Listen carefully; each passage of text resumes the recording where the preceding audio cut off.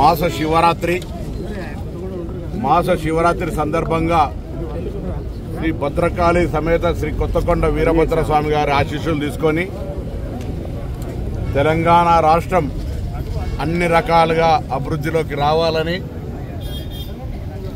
వర్షం, ప్రకృతి, వ్యవసాయం, పరిశ్రమ, వృత్తి అన్ని రకాల ఆర్థికపరమైన ఇబ్బందులు లేకుండా రాష్ట్ర ప్రజలకు అన్ని రకాల ప్రయోజనాలు కలగాలని, అందులో హుస్నాబాద్ ప్రాంతానికి అందరూ కూడా సుఖ సంతోషాలతో ఉండాలని ఆ భగవంతునికి అన్ని రకాల పూజలు ప్రార్థనలు చేసినాం. పూజలకు ప్రార్థనలకే పరిమితం కాకుండా ప్రభుత్వం తరఫున అనేక కార్యక్రమాలు తీసుకొని ఈరోజు ముందుకు పోతా ఉన్నాం. 2 లక్షల రూపాయల రుణమాఫీకి సంబంధించి కూడా ఏదైతే ఒక ఫ్యామిలీ గ్రూపింగ్ ఉందో ఆ గ్రూపింగ్ చేసినటువంటి 4 లక్షల మందికి కూడా రేపు 30వ తారీఖు నుంచి 2 లక్షల రూపాయల రుణమాఫీ జరుగుతూ ఉంది. 2 లక్షల పై వాళ్లకు షెడ్యూల్ ఇచ్చి తొందరలోనే దాన్ని కూడా తీసుకోవడం జరుగుతుంది. 200 యూనిట్ల ఉచిత విద్యుత్ కావచ్చు, ఉచిత బస్సు కావచ్చు, తొందరలోనే గ్రామ వారీగా ఇందిరమ్మ ఇండ్ల ఎంపిక కావచ్చు, రేషన్ కార్డుల పంపిణీ కావచ్చు, ఇవన్నీ కూడా జరగబోతా ఉన్నాయి. ఈ సందర్భంలో చిన్న చిన్న అంశాలకు సంబంధించి తప్పకుండా వాటి పట్ల కూడా ప్రభుత్వం చాలా అప్రమత్తంగా ఉన్నది. ఈ సందర్భంలో రాష్ట్రంలో బాధ్యులు గల అధికారులు ఎవరైతే దీనికి సంబంధించినటువంటి పర్యవేక్షణ చేయాలో హాస్టల్ లోపల అక్కడక్కడ ఫుడ్ పాయిజన్ అయి ఇబ్బంది జరుగుతున్న పరిస్థితులల్లో నిన్ననే ఒక కొత్త కమిటీ వేసాం, ఫుడ్ సేఫ్టీ కమిటీ అని. అది మండల స్థాయిలో ఉంటుంది, జిల్లా స్థాయిలో ఉంటాయి. ఎక్కడైనా ఏదైనా గురుకుల లేదా రెసిడెన్షియల్ హాస్టల్స్లలో ఫుడ్ పాయిజన్ లాంటి పరిస్థితి ఏర్పడితే ఆ సంబంధిత అధికారులు బాధ్యులవుతారు. ప్రభుత్వం తరఫున అన్ని రకాల చర్యలు తీసుకుంటా ఉన్నాం. మెస్ ఛార్జీలు పెంచారు, కాస్మెటిక్ ఛార్జీలు పెంచారు, అక్కడ ఉండేటటువంటి మౌలిక సదుపాయాలను కలిగిస్తా ఉన్నాం. పంచాయతీరాజ్ తరఫున ఈజీఎస్కు సంబంధించిన అన్ని రకాల ఆ స్కూల్ యొక్క పరిసర ప్రాంతాలు శుభ్రంగా ఉండేలా ఈజీఎస్ కింద పనిచేయమని కూడా ఆదేశాలు ఇచ్చినాం. జిల్లా కలెక్టర్లు లేదా ఇతర జిల్లా స్థాయి అధికారులందరూ కూడా, ప్రజాప్రతినిధులు కూడా ఖచ్చితంగా ఈ హాస్టల్ సందర్శన చేయాలి అధికారులతో పాటు అని చెప్తా ఉన్నాం మా ప్రభుత్వం, మా ముఖ్యమంత్రి గారు.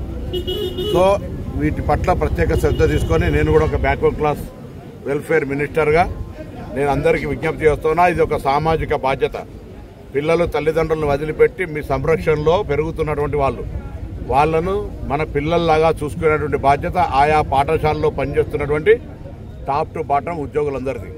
ఎక్కడ నిర్లక్ష్యం వహించినా ప్రభుత్వం ఉపేక్షించదు, తగిన చర్యలు తీసుకుంటుందనే మాట ఈ సందర్భంగా మనం చేస్తున్నాం. రాజకీయానికి వస్తే ఇవాళ దీక్షా దివస్ పేరు మీద టీఆర్ఎస్ పార్టీ చేస్తూ ఉన్నది. సంతోషం. దీక్షా దివస్ మీకు తెలుసు, దీక్షా దివస్లో నిరాహార దీక్ష విరమింపు చేస్తే ఆ కాడిని విద్యార్థులు, ఉస్మానియా విద్యార్థులు ఎత్తుకున్నారు. మళ్ళా నేను ఇలా ఈ దినం రోజు రాజకీయంగా ఎక్కువ విమర్శలు చేయదలుచుకోలేదు, కానీ ఒక్కసారి ఆత్మవిమర్శ చేసుకోండి. మేము తెలంగాణ ఎంపీలుగా తెలంగాణ సాధనలో ఏ పాత్ర పోషించినామో, తెలంగాణ ఇవ్వాలనే దృఢ సంకల్పంతో ఒకవేళ సోనియా గాంధీ గారు లేకుండా ఉంటే తెలంగాణ రాష్ట్రం ఏర్పడేదా ఒకసారి ఆలోచన చేసుకోవాలి. అటువంటి సోనియా గాంధీ గారిని పట్ల కృతజ్ఞులుగా కాకుండా కృతజ్ఞతలుగా ఉండేటువంటి ప్రయత్నం చేయండి అన్ని రాజకీయ పార్టీలు. మరి ఈ రోజు పరిస్థితులలో భారతీయ జనతా పార్టీ నాయకత్వం కూడా మరొకసారి జవాబు చెప్పాల్సిన అవసరం ఉన్నది. తెలంగాణ రాష్ట్ర ఏర్పడినటువంటిది దీర్ఘకాలిక ప్రజల ఆకాంక్ష. ఈ తెలంగాణ సాధించుకోవాలని అనేక మంది ప్రాణాలు అర్పించినారు. తెలంగాణ సాధన కొరకు ఒక దశాబ్దాల కాలంగా పోరాటం జరిగింది.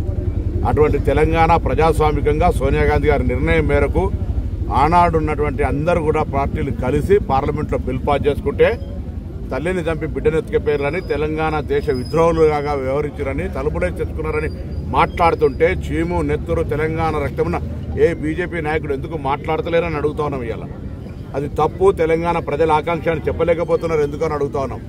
తెలంగాణకు బడ్జెట్ నిధులు ఇవ్వకపోతే కేంద్రం తరఫున ఎందుకు అడగలేకపోతా ఉన్నారు? మన ప్రధానమంత్రితో సమావేశమైన ఎంపీలు మీకు బాధ్యత లేదా అని అడుగుతా ఉన్నాం.